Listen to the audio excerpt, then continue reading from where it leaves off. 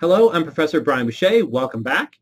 In the next two videos, we're going to talk about how these temporary differences create deferred tax assets and deferred tax liabilities. I flipped a coin a few minutes ago. Deferred tax assets won the toss and elected to defer to the second video. So we're going to start with deferred tax liabilities. Let's get started. Before we jump into how temporary differences work, I want to quickly review some of the terminology. So remember, temporary differences are differences between income tax expense on the financial statements or the books and income tax payable to the government that reverse over time. So remember, income tax expense is adjusted pre-tax income times the statutory tax rate, where adjusted pre-tax income is based on GAAP rules or IFRS rules and excludes permanent differences. Now, I want to mention here, for convenience, I'm just going to say pre-tax income instead of adjusted pre-tax income the next few videos. It saves space on the slide. It saves me from having to say adjusted pre-tax income a lot. And as it turns out, when we're really focusing on the effect of temporary differences, adjusted pre-tax income and pre-tax income are going to move in the same direction relative to the taxes paid to the government. So for convenience, in the next few videos, I'm just going to use pre-tax income instead of adjusted pre-tax income. This income tax expense is the expense that, of course, goes on the income statement.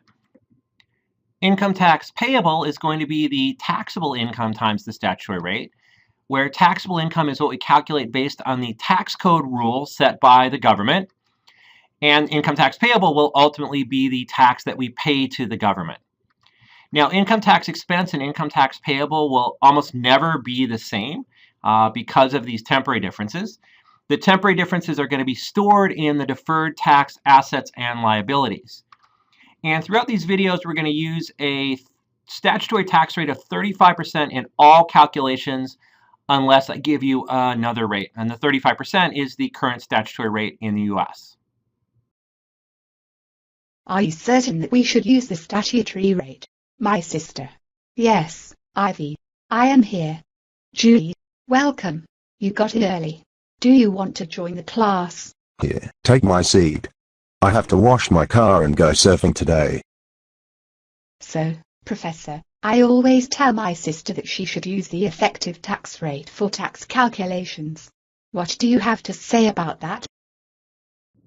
Hey, it's nice to finally meet you. Nice to put a face to the name. We've been hearing a lot about you through the course, and I'm really happy to have you in class today. So don't take offense by this, but you are completely and totally wrong. No, no, no, no, no. Do not use the effective tax rate to do these calculations. The effective tax rate reflects the impact of permanent differences. When we're talking about temporary differences, we don't want to use a tax rate that's biased by things that have nothing to do with what we're talking about. Always, always, always use the statutory rate for these calculations. And I have friends in Hong Kong, and they've told me that they use the statutory rate for the calculations in Hong Kong as well. We're going to first take a look at deferred tax liabilities. Deferred tax liabilities arise from temporary differences where initially tax rules require bigger expenses or smaller revenues than GAAP. Now, what we mean by initially is at the start of whatever transaction generates the temporary difference. So for instance, if you buy a new piece of equipment, you're going to depreciate that different for book and tax. And so initially we're talking about the first years of depreciation. Now, in those first years, there are bigger expenses on the tax return. Bigger expenses mean that taxable income is less than pre-tax income, or flipping it around, pre-tax income is greater than taxable income. That means that income tax expense has to be greater than income taxes payable. Both income numbers are multiplied by 35%, so that means that more pre-tax income means more income tax expense. We're going to create a deferred tax liability, which is going to represent the obligation to make higher tax payments in the future. So let me show you how this works. We're going to have income tax expense, and let's just say it's 100. I'm making these numbers up. So we debit income tax expense for 100.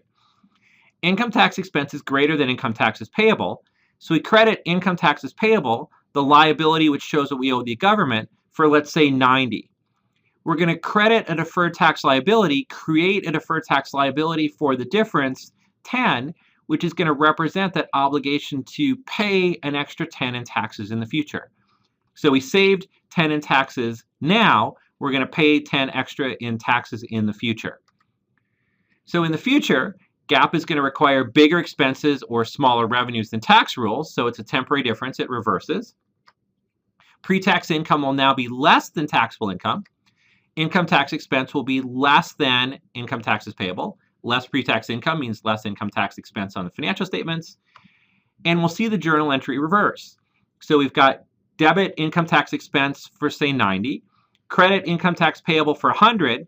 Now the expense is less than the payable, and so we're going to debit deferred tax liability for 10, which reverses out this temporary difference and basically represents the fact that we've now paid this higher tax obligation that we knew we were going to have in the future. Really? This looks like a regular liability. You have an obligation today that you have to pay in the future. What is so special about a deferred tax liability anyway? Well, the big difference is that a deferred tax liability has the word tax in it, and anytime anyone hears the word tax, their eyes glaze over and they start to not pay attention. But you should snap out of that and view this as just a regular liability. So when you see a deferred tax liability, view it as an obligation to make future payments of extra taxes, and those extra taxes are as a result of the fact that you've saved some taxes to date. So by saving taxes now, it's created an obligation to pay extra taxes in the future, and that's pretty much the definition of a liability. Okay, let's do an example. So Bry Company buys a $120,000 machine on January 1st, 2010. For book purposes, it estimates the machine will have a 3-year useful life with no salvage value. For tax purposes, the maker's schedule dictates a depreciation schedule of $80,000, $27,000, and $13,000 in the 3 years, over the 3-year life. What is a maker's schedule? We certainly do not have anything called a maker's schedule in Hong Kong. So makers is the name of the depreciation schedules that we have in the US. It stands for Modified Accelerated Cost Recovery System. I think I had said that in a prior video. Even though you don't have the same acronym makers in Hong Kong, there are still tax depreciation schedules in every country. In fact, I just Googled a few seconds ago and found that there were, rates of depreciation as prescribed by the Board of Inland Revenue, which is the depreciation schedule used in Hong Kong. So every country has some kind of depreciation schedule, and oftentimes it's accelerated to provide these kind of tax savings for companies. So on the left side of the screen, or the debit side of the screen, we're going to keep track of what's going on in the books where they're using straight line depreciation. So for 2010, we're going to assume that earnings before taxes, depreciation, and amortization is $100,000. Then we'll subtract the $40,000 of depreciation expense. $40,000 is the straight line method depreciation. $120,000 minus no salvage value divided by 3-year life is $40,000 per year. If we subtract that $40,000 from $100,000, we get pre-tax income of $60,000.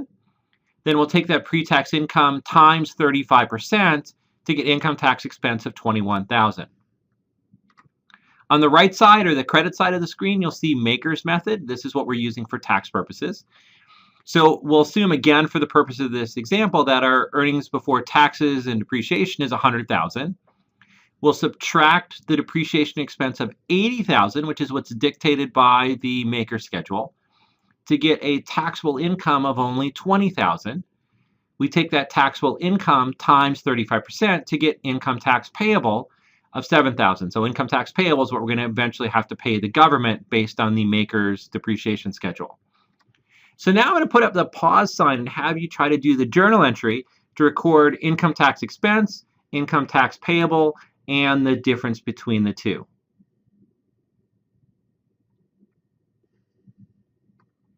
Okay, so we're going to debit income tax expense $21,000 so that income tax expense shows up on the income statement. We're going to credit income tax payable for $7,000. That income tax payable is what we're going to pay the government based on our tax return. Our debits don't equal our credits, so we need something to make this balance. And so what we're going to do is credit a deferred tax liability for $14,000. That's going to represent the obligation to eventually pay the government the $14,000 of tax savings we got today. So we were able to save $14,000 worth of tax savings today. At some point, we'll have to pay that back.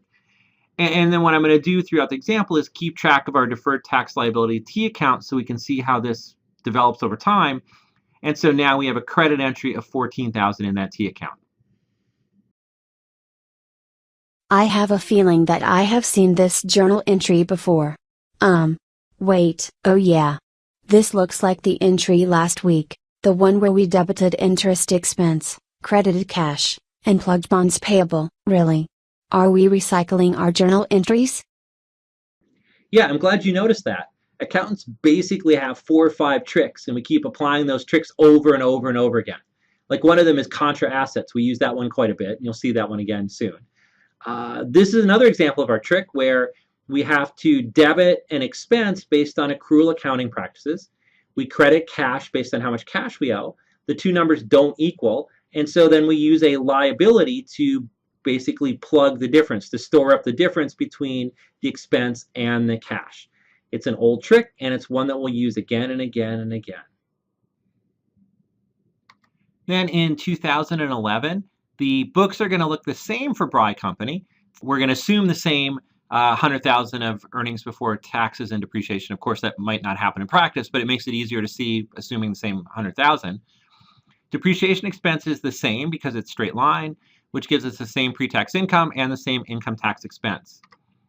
On the tax return on the right side, again, we'll assume the same pre-depreciation, pre-tax taxable income, 100,000.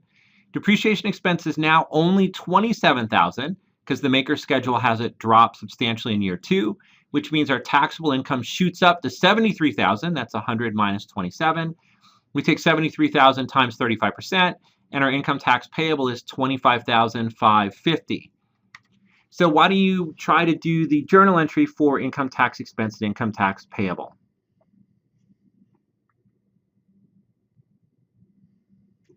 Okay, so we're going to debit income tax expense for 21,000. That goes on the income statement. We credit income tax payable. We create the liability for what we owe the government of 25,550. Here our credits are greater than our debits, so we need a debit to deferred tax liability. We reduce the deferred tax liability by 4,550, and so that goes on the debit side. And so what you see here is the temporary differences are starting to reverse. And as the temporary difference is reversed, we reduce the deferred tax liability, so now the balance would be something like 9,450. Then in 2012, for the straight line method, we're going to again assume everything the same earnings before taxes and depreciation, same depreciation expense because it's straight line, gives us the same pre-tax income, times 35% gives us that tax expense of 21,000. For the maker's method, we'll assume again the taxable income before depreciation and taxes is 100,000. Now the depreciation expense has dropped to 13,000 under the maker's schedule, which makes our taxable income rise to 87,000. 87,000 times 35% is 30,450. So why don't you try to do the journal entry to record the income tax expense and income tax payable?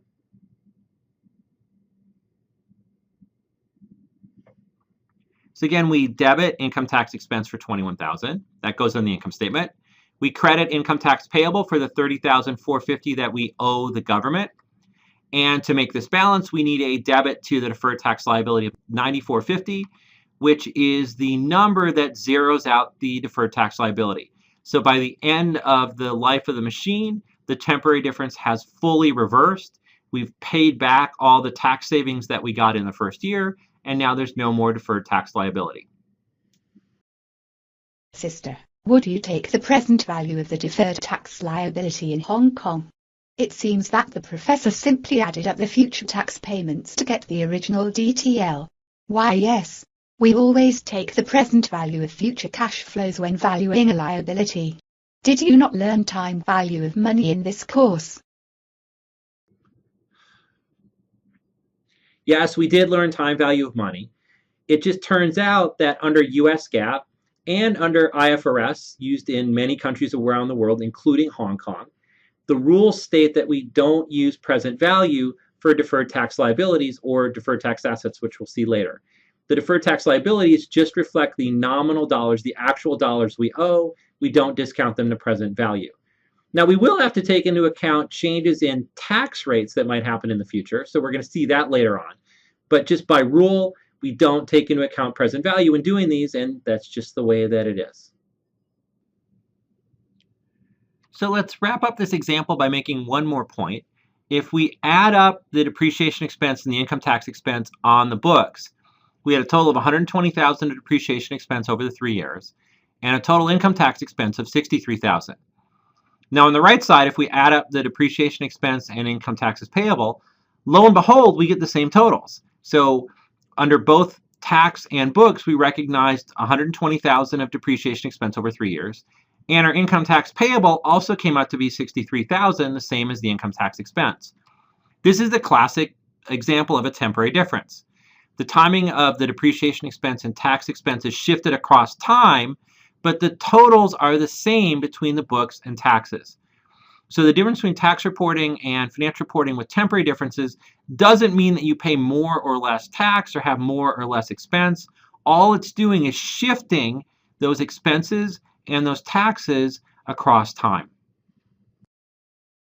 Really? So everything is the same in the end. Why does it matter whether the taxes are paid sooner or later?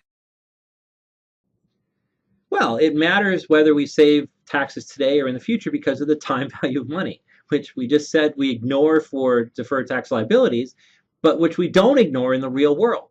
You would always rather save $1 of taxes today than save it in the future because, as we've talked about, $1 today is going to be worth more than $1 in the future.